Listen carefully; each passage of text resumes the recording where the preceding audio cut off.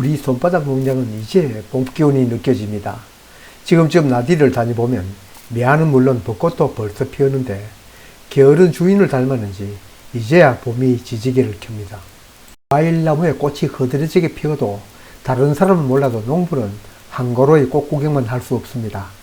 이때가 바로 과수에는 물이 특히 필요하기 때문입니다.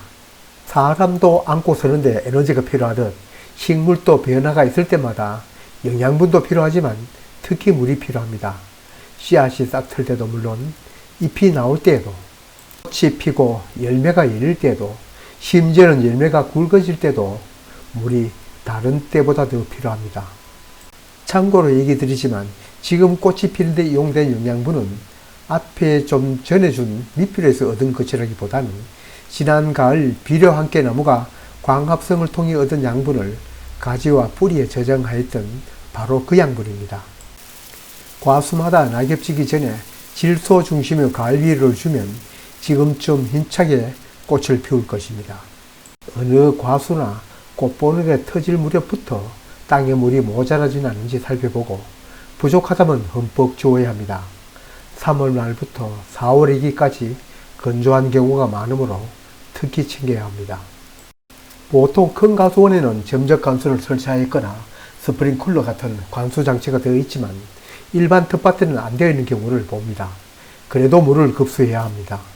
한여름 애써 꽃눈을 형성하고 추위 잘 견뎌 이제 막 꽃을 터뜨리는데 물이 부족하면 튼실한 꽃을 피우기 어려워집니다.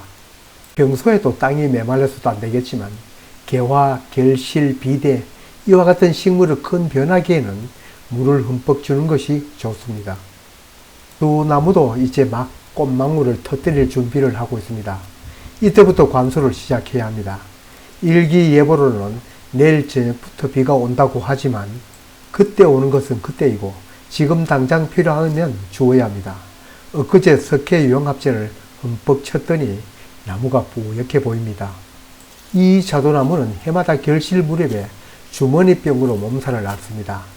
이런 걸 보면 병균이나 해충, 이곳에 틀을 잡고 산다고 보아야 합니다. 석회유황합제는 곰팡이성 병균인 주머니병 예방과 방제에 도움이 많이 된다고 합니다. 그래서 빈자리 없이 흠뻑 쳤더니 마치 먼지를 뒤집어 쓴 것처럼 보입니다. 이 주머니병은 자두를 비롯한 살구, 매실, 복숭아, 앵두 등 핵과일은 다 오지만 다행히 우리는 자두나무에만 해마다 오고 있습니다. 연례 행사처럼 오는 자두 주머니병, 올해는 건절되어야 하는데 모르겠습니다. 복숭아 꽃눈도 제법 많이 부풀었습니다. 이 복숭아 작년 신초 정리를 신경 써서 했더니 올해는 단 과지들을 많이 확보하였습니다. 품종에 따라 다소 차이고 있지만 이 복숭아도 가녀린 이 단과지에 튼실한 과일이 열립니다.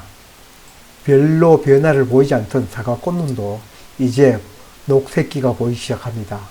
얼마 안 있어 화방을 둘러싸고 있는 잎이 먼저 나오고 그 잎 속에 둘러싸여 화방의 모습을 드러낼 것입니다. 내일 저녁부터 비가 온다 하니 이 복숭아나 사과와는 지금 당장 관수할 필요가 없고 일단 그 비를 기다리겠습니다. 이 사과는 꽃이 피어봐야 확실히 알겠지만 꽃눈이 형성될 당시 열매 없는 장마로 이제 피어나는 화방이 충실할지 염려됩니다. 앞으로도 잊지 말아야 할 것은 꽃이 지고 수정되고 결실이 될 때도 똑같이 물이 필요합니다. 얕은 변화가 있을 때마다 물이 필요하다고 보면 됩니다. 물론 이때마다 때 맞추어 비가 내리면 좋겠지만 대부분 과수가 꽃 피고 열매 맺을 때 비가 내리지 않고 건조할 때가 많습니다. 꼭 잊지 않고 챙겨야 합니다.